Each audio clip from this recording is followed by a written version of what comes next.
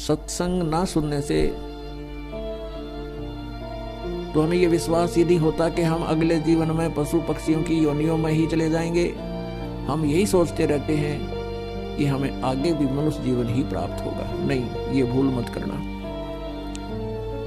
और कोई ऐसा ज्ञान देता है तो वो अज्ञानी है कि मनुष्य फिर भी मनुष्य ही बनते हैं। नहीं, ये बिल्कुल गलत है, शास्त्र विरुद्ध है। मनुष्य जीवन उन पुण्यात्माओं को प्राप्त होता है जो मनुष्य जीवन पाकर परमात्मा की सत्य भक्ति करते हैं। परमात्मा की साधना ना करने से, भक्ति ना करने से राजा भी गधे की योनि को प्राप्त करता है। अब पुण्यात्माओं, एक के उदाहरण से आपको समझ में आ जाना चाहिए।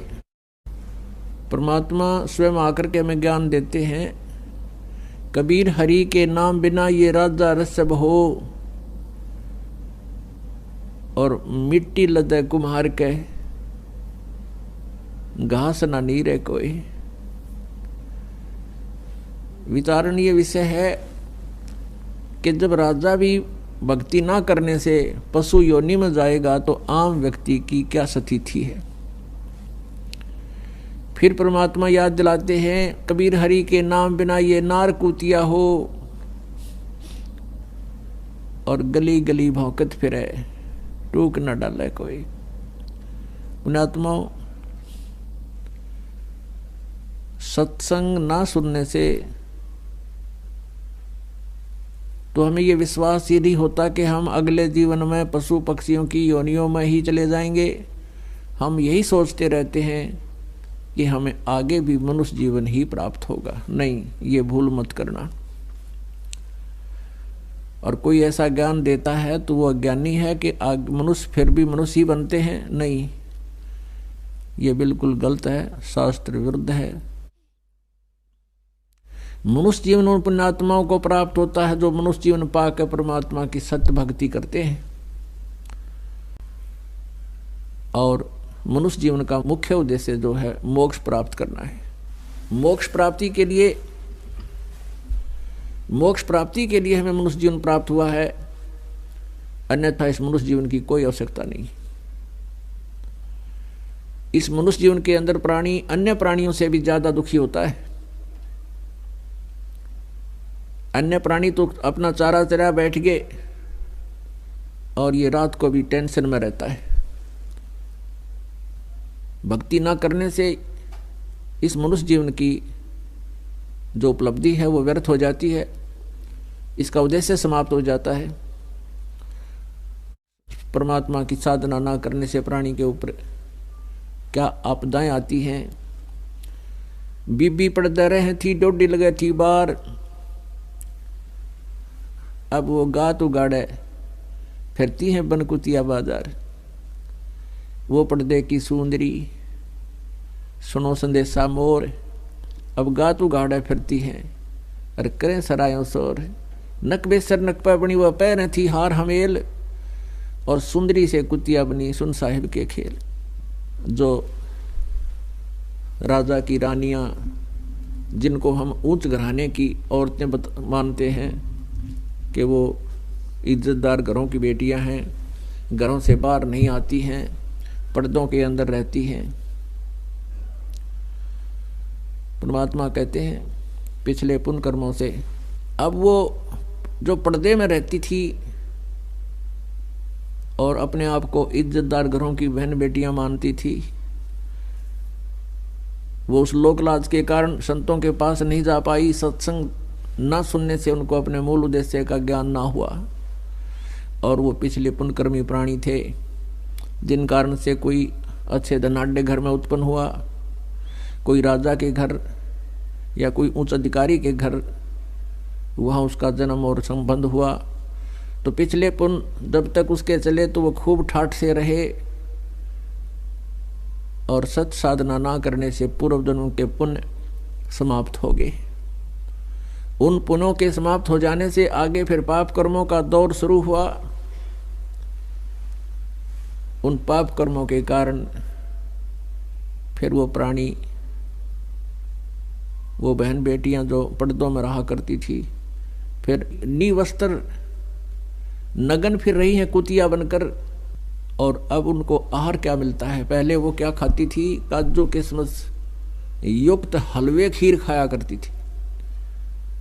और एक भक्ति ना करने से, परमात्मा की साधना ना करने से उनको क्या मिला? अब वो कुतिया बन गई है। और कुतिया बनकर क्या खा रही है? जैसे पहले धर्मशालाओं में अतिथि रुका करते थे, सरायों में, और वो वहां पर खाना खाते थे। पहले राजघरां में रहती थी जो लड़कियां, अब कुतिया बन करके वहां बैठी है, सामने खाना खाने वाले के सामने बैठी है और एक टक देख रही है, शायद कोई टूक मेरी तरफ आ जा, रोटी का कोई ग्रास मुझे डाल दे। अब व्यक्ति खाना खाने के बाद सोचता है कुत्ता सामने बैठा है, एक टूक डाल दूं, वो ऐसे फेंक दिया जाता है। अब वो पहले काजू किशमिश युक्त हलवे खीर खाने वाली अब क्या खा रही है? वो जूठे टुकड़े और साथ में रेत मिला हुआ। अब परमात्मा याद दिलाते हैं, वो पर्दे की सुंदरी और सुनो संदेशा मोर, अब गातू गाड़े फिरती है वह करे सरायों सोर। अपने आत्माओं, जरा सा भी विचार करके देखोगे तो कितना दुख है, कितना कष्ट है उन पुण्यात्माओं को जो पहले अच्छे घरानों में, अच्छे धनाढ़ घरों में जन्म लेकर के अपना मनुष्य जीवन बर्बाद कर गए। अब वो इज्जत कहाँ गई उनकी? अब वो इज्जत गलिया में फिर है उगाड़ी, नी वस्त्र। तो पुण्यात्माओं, इन बातों से डर के आप भी भजन करें, अपने परिवार के सदस्यों को, बेटियों को, बहनों को और संबंधी जो पत्नी है उनको भी परमात्मा से जोड़े, बहुत बड़ा पुण्य होगा। क्योंकि यहाँ काल ने हमें एक दूसरे के पराधीन कर रखा है। पत्नी को पति के अधीन कर दिया, फिर लोक लाज बना दी, तो जिस कारण से हम भगवान से दूर हो जाते हैं और आने वाले जीवन में बहुत कष्ट पे कष्ट उठाते हैं। अब जब तक प्राणी सुखी है तो समझो कि पुण्य चल रहे हैं। ये पुण्य कब किए थे उसने? कभी किसी जन्म में वो मनुष्य जीवन प्राप्त था, उस समय जैसे भी उसने पुण्य और पाप किए वो दोनों अलग अलग डिपॉजिट हो जाते हैं, जमा हो जाते हैं। उनको संचित कर्म कहते हैं। उन संचित कर्मों में से कुछ जैसे भी एवरेज में जिसके ज्यादा पुण्य है उनको पुण्य ज्यादा ले लिए, और पापों में से पाप, दोनों का मिश्रण करके इस प्राणी का एक जीवन निर्धारित कर दिया जाता है, मनुष्य का। अब जिनके पुण्य अधिक हैं तो वो बचपन से ही अच्छे घर में जन्म लेते हैं, फिर उनका कोई व्यवसाय अच्छा हो जाता है या कोई उच्च पोस्ट प्राप्त कर लेते हैं, और फिर वो भक्ति से दूर हो जाते हैं, भगवान से कोसों दूर रहते हैं, और ये सोच रहे होते हैं कि हम बिल्कुल सुखी हैं, हमें क्या जरूरत है भगवान की। और जब उनके ऊपर आपदाएं शुरू होती हैं, क्योंकि पुण्य जब समाप्त हो जाते हैं तो पापों का सिलसिला शुरू होता है, दोनों ही भोगने पड़ते हैं। फिर वो सोचता है कब क्या बनी मेरे साथ। उसके लिए परमात्मा कहते हैं कि दुख में सुमरण सब करें, सुख में करे ना कोई।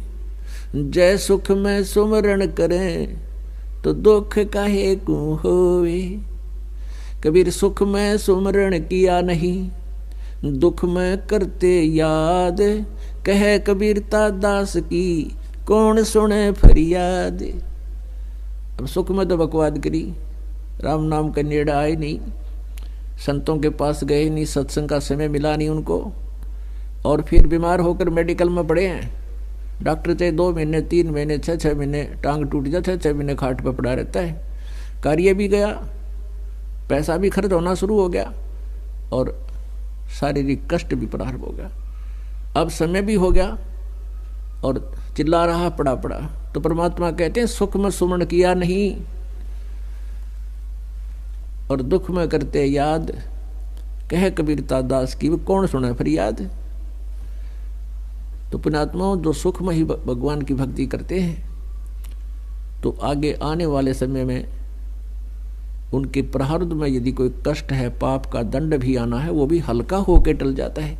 कबीर सतगुरु शरण में आने से आई टले बला, जय मस्तिष्क में सूली हुआ काटे में टल जा। यदि सही साधना परम संत लेकर परम अक्षर ब्रह्म कबीर देव की साधना हम करते हैं सत मंत्रों से, तो फिर उस परमात्मा की कृपा से और उसके कृपा पात्र संत की शरण में आने से आई टले बला को भयंकर आपत्ति हो वो भी टल जाती है।